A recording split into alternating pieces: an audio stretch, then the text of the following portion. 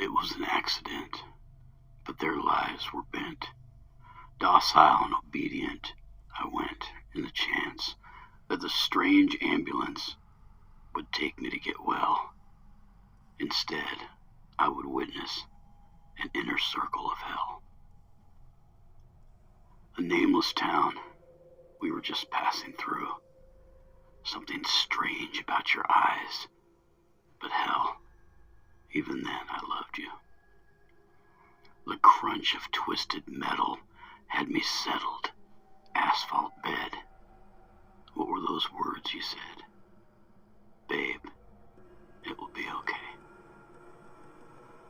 The ambulance ride was jarring, like a CJ-5 over rough terrain, and I could hear the rain beating on the roof like 1,000 hammers, slamming fear into my heart, and I glimpsed just a part. The gargoyles of Silent Hospital. They drove me into the basement, a casement of stone and brick, where the sick were filed, defiled, doors opened, taken out, blackout. So they told me, wished you could hold me as they wheeled me into that dark hall, to my room.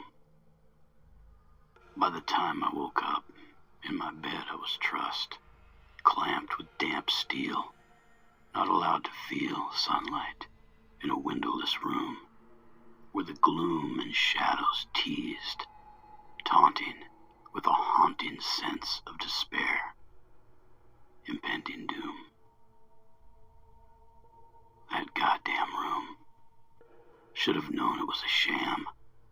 Fish belly white walls, a facade blatantly flippant, no medical equipment, except for the rust fluid IV.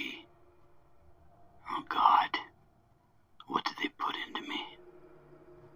Lonely hours before I found sleep.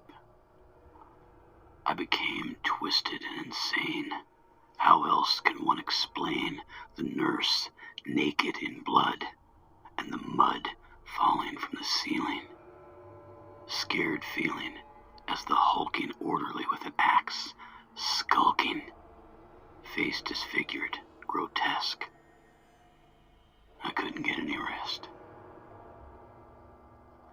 Fear will spear you in the heart when spiders are crawling on the tubes and wires, spires outside with gargoyles as the cursed nurse straddled me, taking my life into her coven of death. Her last breath was the hardest. Came, couldn't deny the gyrations, and her demon tongue added to the uninvited sensations, licking across my face, leaving a burning saliva trail. Flailed as I fell from the bed, hit my head as I looked back instead, saw you, naked and waiting. Came to, and you were with him, on the rumpled sheets of my bed, the giant orderly plunging into you from behind as the unwinding of my mind saw the pain and pleasure. Your eyes rolled back in your head. No measure of your infidelity.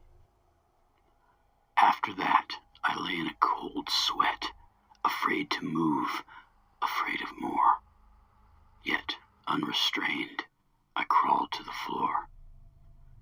Picking myself up, I ventured out of my room into a gutted, deserted factory.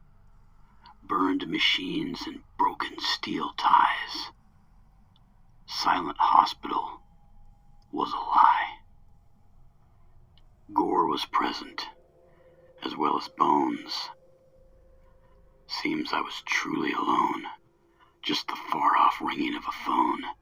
Had to get it. Empty office, I answered. Hello? You are dead, little man, the voice said.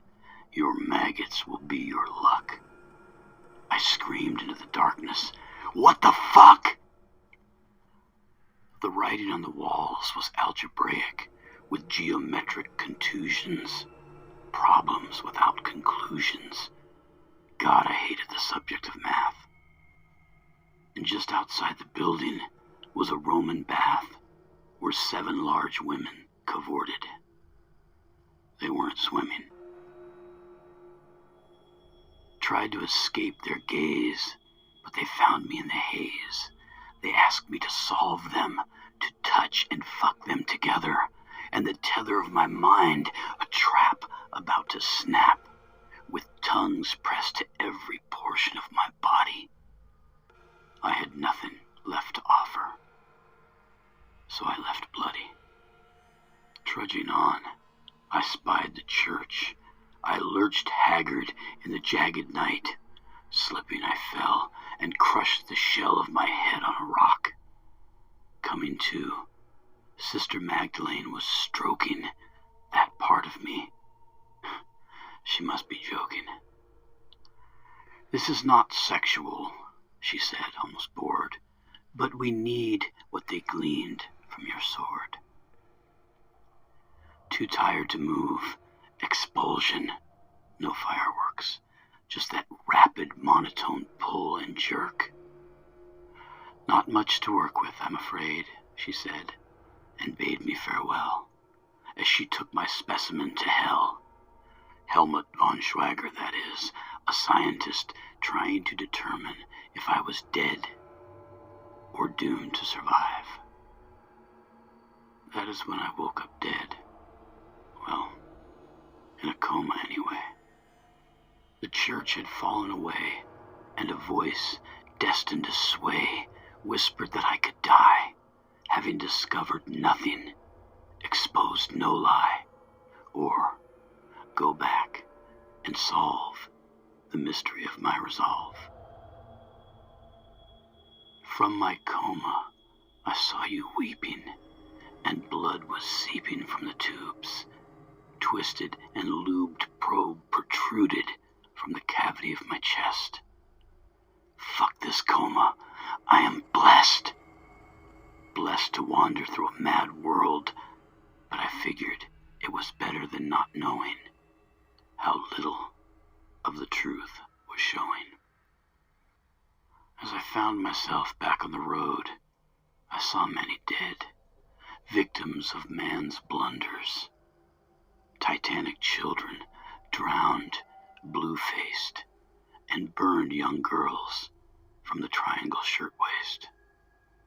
So many dead from the fate of man's stupidity. Mistakes. I even saw the Smith boys still asking for the mother who took their lives. The wasteland didn't make sense. The reality thin, yet the atmosphere dense. Was I doomed to stumble over the jumble of smokestacks and dead flowers and empty cars? I looked up at a sky devoid of stars, figured I might as well walk till dawn. After all, there was so much to uncover beyond. Had to turn this crooked path into an even keel. Had to find the way back, if only to tell Billy that mimic is real.